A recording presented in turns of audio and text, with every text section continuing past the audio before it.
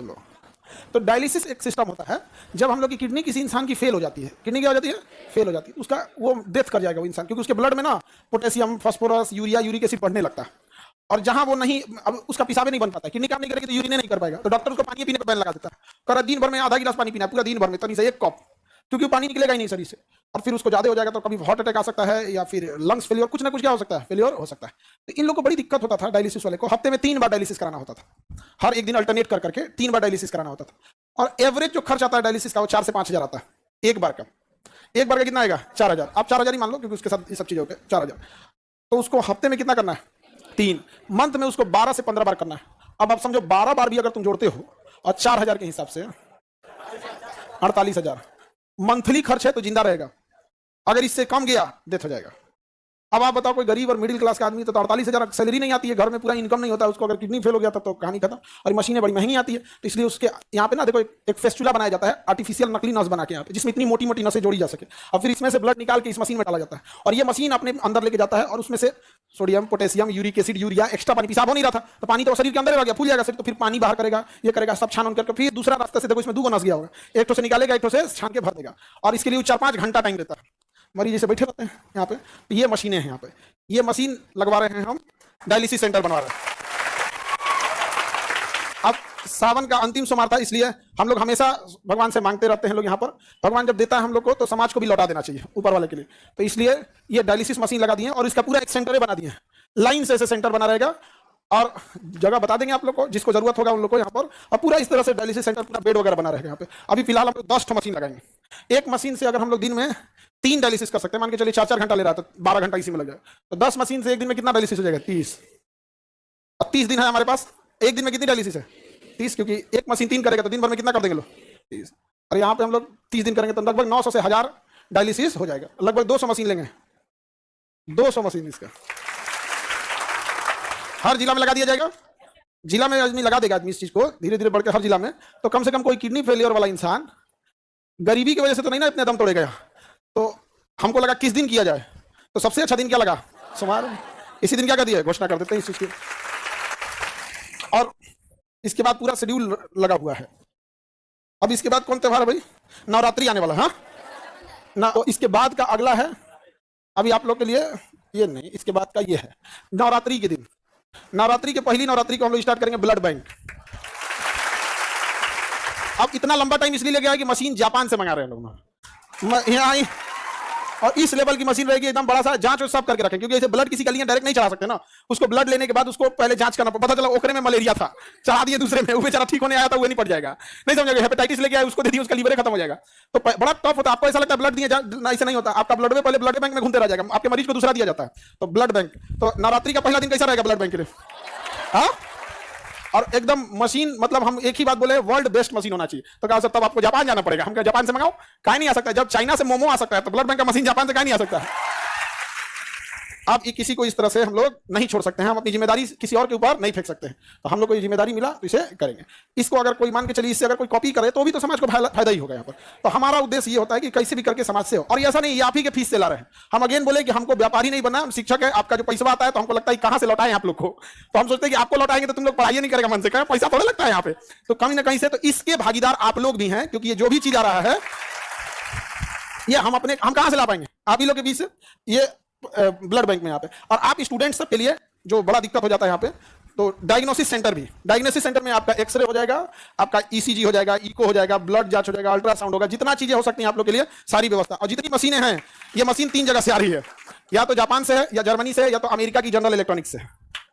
ये general electronics है, general electronics हवाई जहाज का जहाज इंजन भी बनाता है, हमारे तेजस जहाज का जो इंजन भी बना रहा है वही बनाता है, बड़ा बड़ी कंपनी होती है। तो जनरल इलेक्ट्रिक्स, जापान और जर्मनी, यही 3 देश से हम लोग ला रहे हैं।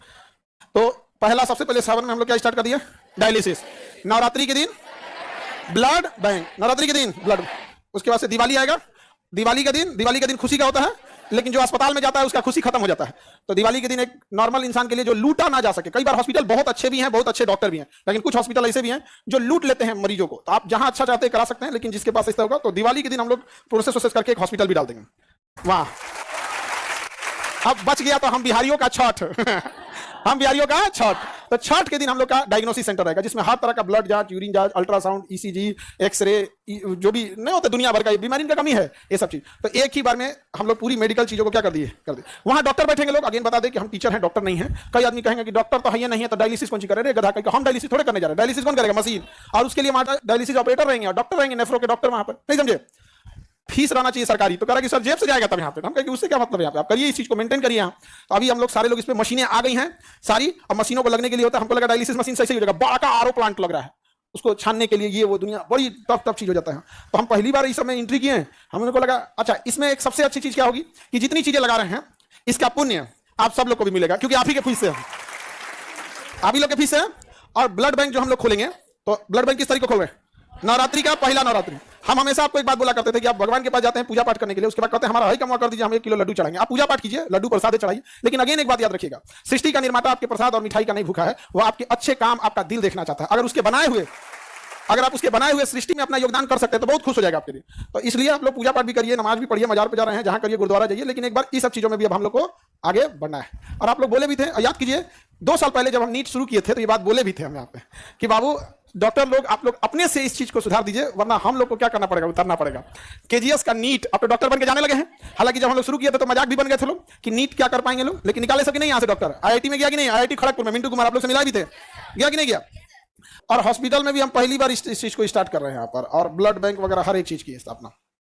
सर तो डायलिसिस वाले लोग जो लूट रहे थे उनका क्या होगा, अमीर लोग वहां जाएंगे, समझ में आएगा कि नहीं आएगा, वहां जाएंगे। हम लोग ब्लड बैंक भी खोलेंगे, किसी को ब्लड की वजह से मरने नहीं देंगे हम लोग यहाँ पर। और दिन भी अच्छा रखे हैं लोग,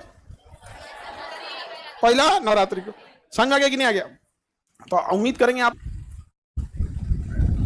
सर अब ये क्या कर दिए, अभी तक टीचरे गरिया रहा था, अब डॉक्टरों गरियाएगा।